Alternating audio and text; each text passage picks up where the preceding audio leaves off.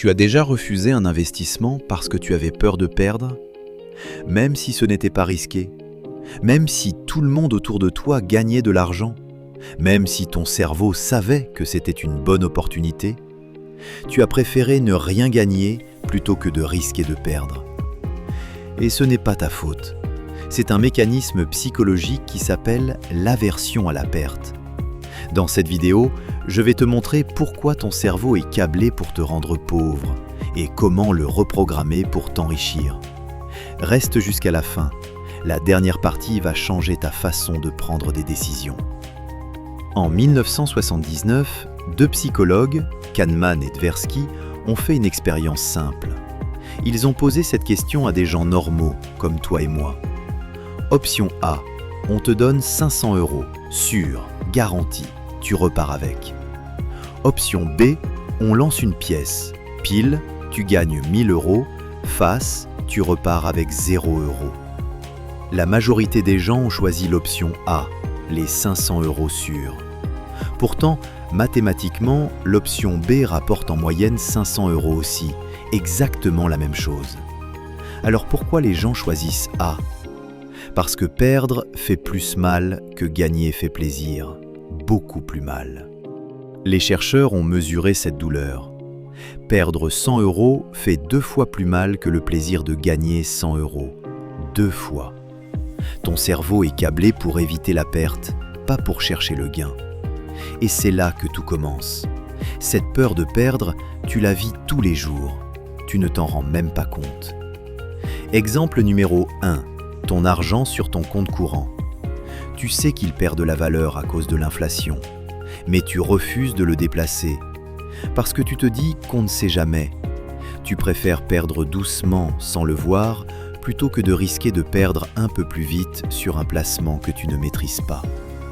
Exemple numéro 2. Tes placements passés. Tu as acheté une action, elle a baissé. Tu refuses de la vendre. Pourquoi? Parce que vendre, c'est admettre la perte. Tant que tu ne vends pas, tu n'as pas vraiment perdu. C'est faux, la perte est déjà là. Mais ton cerveau préfère le déni. Exemple numéro 3. Les opportunités que tu n'as jamais saisies. Un ami te propose un projet, un investissement immobilier, une création d'entreprise. Ton premier réflexe? Chercher ce qui pourrait mal tourner, pas ce qui pourrait bien tourner. Tu trouves un risque, même petit, et tu abandonnes. Résultat, tu ne perds rien. Mais tu ne gagnes rien non plus, 0, pendant des années. Les riches ne sont pas plus intelligents que toi. Ils ne prennent pas plus de risques que toi. Ils ont juste appris à recabler leur aversion à la perte. Voici comment ils font. Première stratégie, ils changent le cadre. Au lieu de demander ce qu'ils risquent de perdre, ils demandent ce qu'ils risquent de ne pas gagner. Exemple, un investissement à 5% de risque de perte et 95% de chance de gain. Toi, tu vois les 5%. Eux, ils voient les 95%. Ce n'est pas de l'optimisme, c'est une discipline. Deuxième stratégie, ils jouent plusieurs parties. L'aversion à la perte est puissante sur une seule décision, mais sur 100 décisions, elle disparaît. Les riches prennent beaucoup de petites décisions, certaines perdent, la plupart gagnent. À la fin, ils sont gagnants. Parce que les maths sont de leur côté. Toi, tu refuses la première décision, tu ne joues jamais, donc tu ne gagnes jamais. Troisième stratégie, ils automatisent. Quand une décision est automatisée, ton cerveau n'a plus à lutter contre la peur.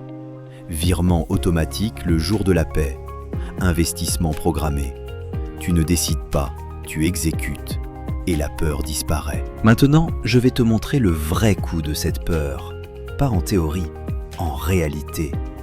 Imaginons deux personnes, Jean et Paul.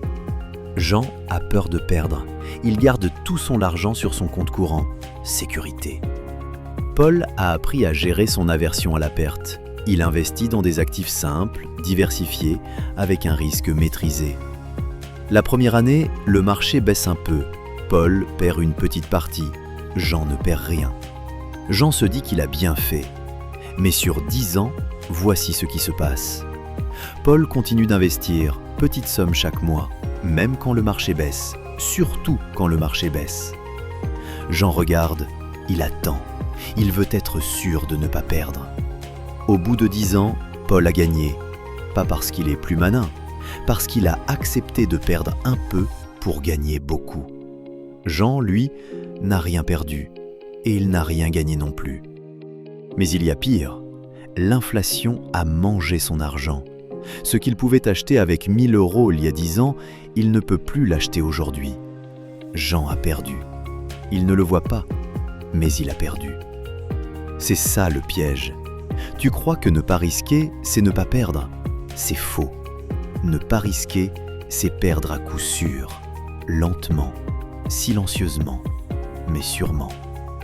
Bon, tu as compris le problème. Maintenant, passons aux solutions.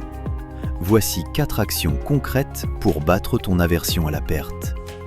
Action numéro 1. Réduis la taille des décisions. Ne décide pas d'investir une grosse somme d'un coup. Décide d'investir une petite somme par semaine. La peur est proportionnelle à la taille de la perte potentielle.